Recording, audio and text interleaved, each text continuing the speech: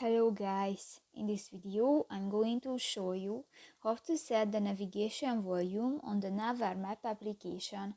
But first of all, I just want to mention, please don't forget to subscribe to our channel, because at 100,000 subscribers we are going to show you our YouTube revenue statistics and growth strategy how to make money online.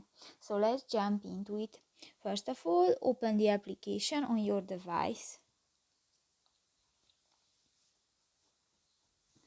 Click to the three lines at the upper left corner of the screen and go to the settings icon.